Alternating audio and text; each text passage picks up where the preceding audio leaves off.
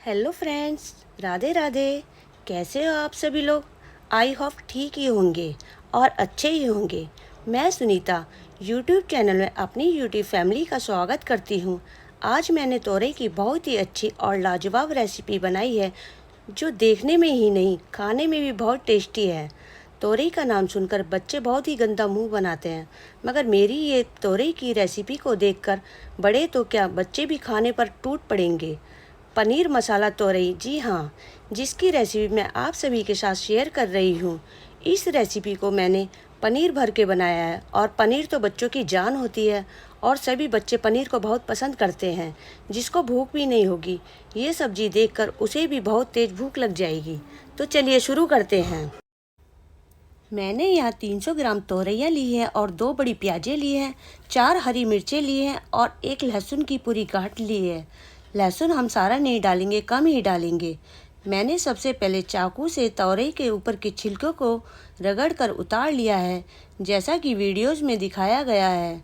इस छिलकों को हम काट कर नहीं उतारेंगे, इसे हम चाकू से खुरच कर और रगड़ कर उतारेंगे।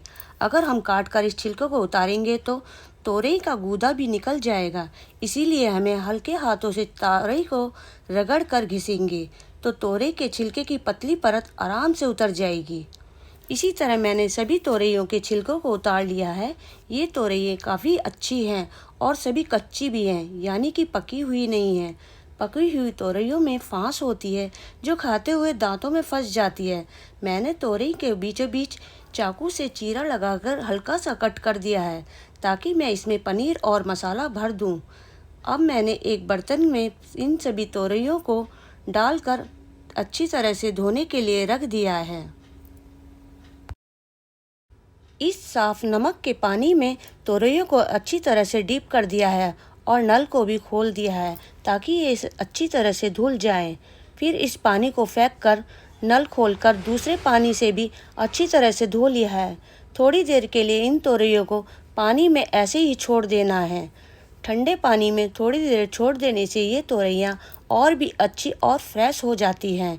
ये देखिए कितनी तरोताज़ा लग रही है। कहीं कहीं से इनका छिलका हटा भी नहीं था, वह भी हल्का सा रगड़ने पर हट गया है। मैंने इसी पानी में छिलका उतारे हुए प्याज़ें भी डाल दी हैं और साथ ही में हरी मिर्चें भी डाल दी हैं। कुछ टाइम के लिए इन सभी को ऐसे ही रखे रहने देना है, इससे प्याज़ों की झल भी निकल जाती है। जब हम प्याज काटते हैं तो आँखों में ये झल लगती है और काफ़ी आंसू निकलते हैं। पानी में रखने से ये प्याज़ें की झल भी ख़त्म हो जाती है और काटते हुए हमें आंसू भी नहीं आएंगे। इस रेसिपी में प्याज़ों को मिक्सी नहीं करना है, बारीक बारीक चाकू से काटना है। अगर कोई लहसुन प्याज नहीं खाते हैं तो वे लहसुन प्याज को नहीं डालें, इसे वे स्किप भी कर सकते हैं, यह उनके लिए ऑप्शनल है। ये थोड़ी देर ऐसे ही रखे रहने देने। अब मैंने पिसे हुए सूखे मसाले निकाले। सूखे मसालों में मैंने हल्दी, धनिया, मिर्च और नमक लिया है और सभी मसाले मैंने अपने टेस्ट के अकॉर्डिंग थोड़े थोड़े से लिए हैं। यहाँ मैंने थोड़ी सी देगी मिर्च भी ली है, ये ज़्यादा तीखी नहीं होती है। मसाले भी हमें 2 बार डालने हैं, इसलिए 2 जगह ये मसाले निकाले हैं। साथ ही मैं चुटकी भर हींग और थोड़ा सा शाही जीरा भी लिया है। हींग मेरी काफ़ी तेज़ है, इसलिए मुझे हींग थोड़ी सी लेनी पड़ती है। ज़्यादा हींग डालने से यह सब्ज़ी कड़वी हो जाती है। प्याज़ें, लहसुन और हरी मिर्च को मैंने बारीक बारीक काट लिया है। तोरइयों में भरने वाला मसाला और ग्रेट किया हुआ पनीर को मैंने अपने पास ही टेबल पर रख लिया है। यहाँ मैंने 100 ग्राम पनीर लिया है, जिसे मैंने अच्छी तरह से धोकर उसे ग्रेडर से ग्रेट कर लिया है। बहुत सी जगह तोरई को गिलकी भी बोलते हैं और कुछ लोग तो तोरई को नेनुआ भी बोलते हैं। आपके यहाँ तोरई को किस नाम से बोला जाता है? तोरई, गिलकी या नेनुआ? मुझे ये कमेंट सेक्शन में ज़रूर बताना। हमारे यहाँ तो सिर्फ तोरई ही कहा जाता है। मिर्चों का ध्यान रखना चाहिए।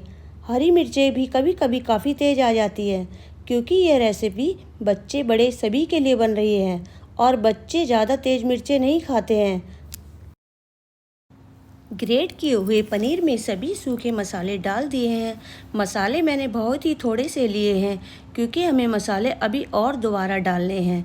ये तो तोरई में भरने के लिए फीलिंग बन रही है।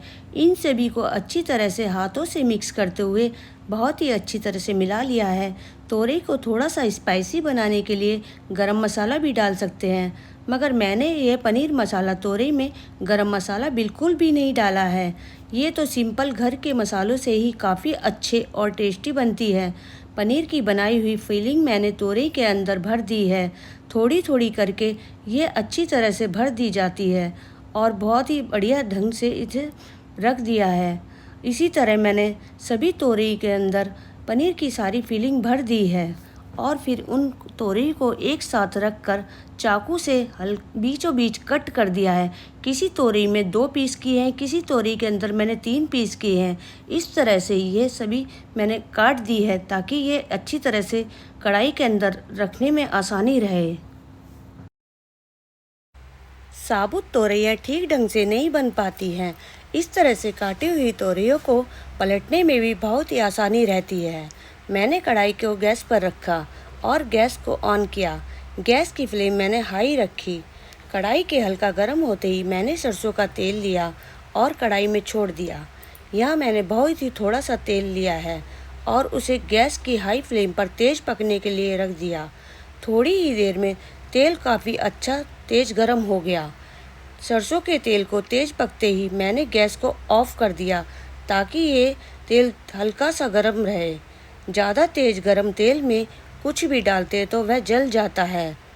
फिर मैंने एक एक करके पनीर मसाला तोरई के कटे हुए पीसों को लिया और तेल में छोड़ना शुरू किया।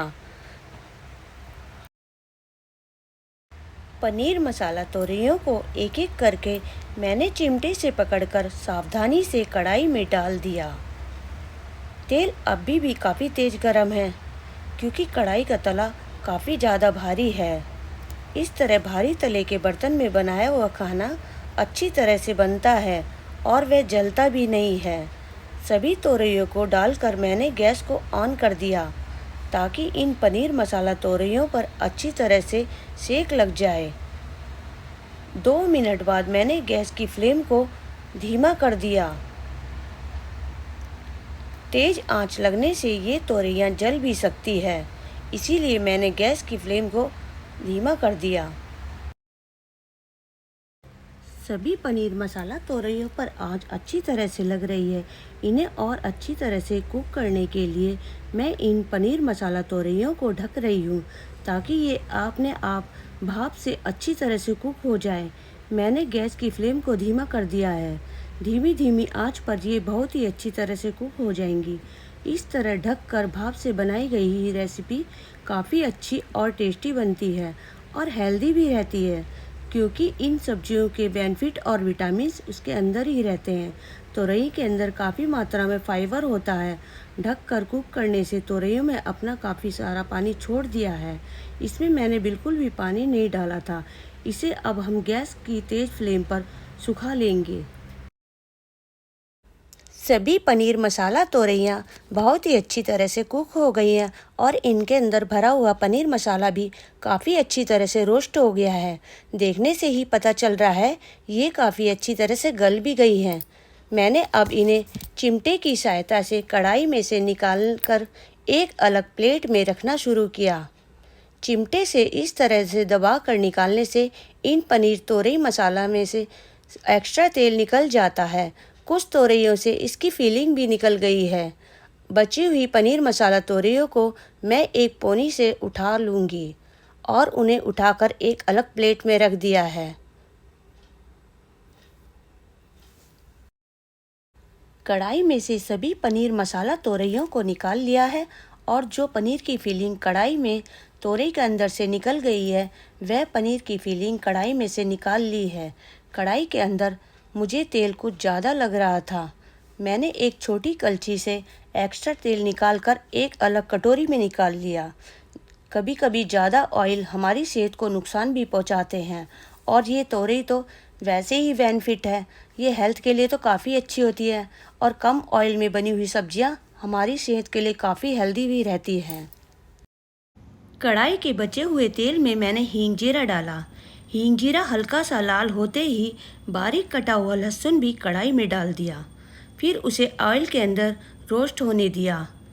पोनी से चलाते हुए उसे भी मैंने अच्छी तरह से डीप फ्राई किया। सबसे पहले लहसुन को ही ऑयल के अंदर रोस्ट करना चाहिए, इससे लहसुन का कच्चापन निकल जाता है कच्चे लहसुन से सब्जी में लहसुन की बेकार सी स्मेल आती है। मैंने बारीक कटी हुई प्याज़ें भी कढ़ाई में डाल दी और उसे पोनी से चलाते हुए अच्छी तरह से मिक्स किया। ये देखिए, कढ़ाई में बिल्कुल भी तेल नज़र नहीं आ रहा। पनीर मसाला भरी हुई तोरइयों को मैंने डीप फ्राई किया था और पनीर के अंदर भी काफ़ी घी की चिकनाहट होती है, इसीलिए मैं इसकी ग्रेवी को कम ऑयल में ही बना रही हूँ। जो लोग लहसुन प्याज नहीं खाते हैं वे लहसुन प्याज की जगह टमाटर का पेस्ट ले सकते हैं और इससे भी बहुत ही अच्छी ग्रेवी बनती है। मैं तोरई, टिंडे और घिया में कभी भी टमाटर नहीं डालती हूँ। ये सभी सब्जियाँ बिना टमाटर के काफ़ी अच्छी बनती है। थोड़ी ही देर में प्याज़ें काफ़ी अच्छी तरह से रोस्ट हो गई है। अब मैंने कढ़ाई के अंदर बारीक कटी हुई हरी मिर्चें भी डाल दी है। हरी मिर्चों को भी इन सभी के साथ पोनी से चलाते हुए अच्छी तरह से मिक्स किया। प्याज़ें रोस्ट होकर भी थोड़ी सी हो गई है और अब कढ़ाई में हल्का सा ऑयल भी दिखाई दे रहा है। अब मैंने सूखे मसाले जो निकाले हुए थे वे सभी कढ़ाई के अंदर डाल दिए। फिर उन्हें अच्छी तरह से मिक्स करने के लिए थोड़ा सा पानी डाला। इस तरह से मसाला काफ़ी अच्छी तरह से भुन जाता है और जलता भी नहीं है। पोनी से लगातार इसे चलाते हुए मैंने इसे मिक्स किया। ग्रेवी बनाने के लिए जो मैंने सूखे मसाले निकाले थे उन मसालों में मैंने लाल कश्मीरी मिर्च डाली थी। ये कश्मीरी मिर्च ज़्यादा तीखी नहीं होती, उसे डालने से रेसिपी में एक बहुत सुंदर रेड कलर आता है। गैस की फ्लेम को मैंने हाई किया हुआ है। हाई फ्लेम पर मसाला बहुत अच्छी तरह से रोस्ट हो जाता है, जैसे कि वीडियो में दिखाया हुआ है। अब मैंने सभी पनीर मसाला तोरई की प्लेट को लिया और उसे आराम से कढ़ाई में डालना शुरू कर दिया। कढ़ाई में इस तरह डालने से ये अच्छी तरह से कुक हो जाती है। कढ़ाई के किनारों पर फिर आधा कटोरी पानी डाला ताकि ये अच्छी तरह से कुक हो जाए और फिर इसको मैंने लीड लगाकर ढक दिया। गैस की फ्लेम हाई ही रखी। हाई फ्लेम पर ये सभी मसाला जो पानी डाला है वह जल जाएगा। इस तरह ढककर बनाने से ये रेसिपी काफ़ी अच्छी तरह से कुक भी हो जाएगी और हेल्दी भी रहेगी। 2 मिनट बाद मैंने कढ़ाई पर से यह ढक्कन हटा दिया और देखा जो पानी मैंने डाला था वह तेज़ गैस की फ्लेम से सूख गया है। फिर मैंने पलटे से उठाकर चेक किया, कहीं पनीर मसाला तोरई नीचे से कढ़ाई में चिपक कर जल तो नहीं गई है। सभी तोरई ठीक ठाक थी, कहीं से भी ये सब्ज़ी चिपकी नहीं है और ना ही जली है। मेरी पनीर मसाला तोरई पूरी तरह से बन गई है। मैंने इसे पलटे से सावधानी पूर्वक उठाकर सर्विंग डिश में निकालना शुरू किया। इस तरह पलटे से उठाने से नीचे जो ग्रेवी होती है वह रह जाती है और उस ग्रेवी के पानी को हम गैस की हाई फ्लेम पर सुखा सकते हैं। कभी कभी तोरई की सब्ज़ी में गलती से नमक ज़्यादा हो जाता है, क्योंकि सूखी सब्ज़ी में नमक का कोई अंदाज़ा नहीं होता। सूखी वाली तोरई की सब्ज़ी में तो हम कुछ भी ऐड करके, जैसे हम थोड़ा पानी डालकर उसे ग्रेवी वाली भी बना सकते हैं, मगर पनीर की इस तरह की भरवा तोरई को हम तरी वाली नहीं बना सकते।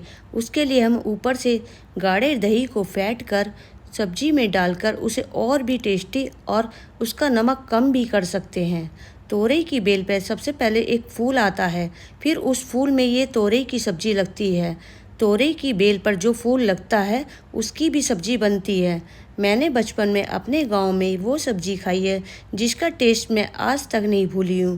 वह खाने में बहुत ही टेस्टी और हेल्दी होती है। कभी आप अपने गांव जाओ तो ये ज़रूर ट्राई करना और मुझे बताना आपको वह फूल की सब्ज़ी कैसी लगी। सभी मसाला तोरई कढ़ाई में से निकालकर सर्विंग डिश में डाल दी है और जो कढ़ाई में मसाले का ऑयल रह गया है उसे भी हम अलग निकाल सकते हैं, मगर मैंने तो वह ऑयल इस रेसिपी में ही डाल दिया, क्योंकि वह मसाले का अच्छी तरह से भुना और पका हुआ ऑयल है और थोड़ा सा ही है। मेरी पनीर मसाला तोरई की रेसिपी की आपको कैसी लगी मुझे कमेंट में ज़रूर बताएं, इससे मुझे काफ़ी खुशी मिलती है। आज की पनीर मसाला तोरई की रेसिपी आपको ज़रूर पसंद आई होगी, तो प्लीज़ इस वीडियो को लाइक शेयर ज़रूर करें और अपने इस चैनल को सब्सक्राइब करना तो बिल्कुल भी नहीं भूलिएगा। यहाँ तक बने रहने के लिए आप सभी का धन्यवाद। मिलते हैं फिर किसी ऐसी ही टेस्टी सी नई रेसिपीज़ की नेक्स्ट वीडियोज़ में। Bye bye, take care.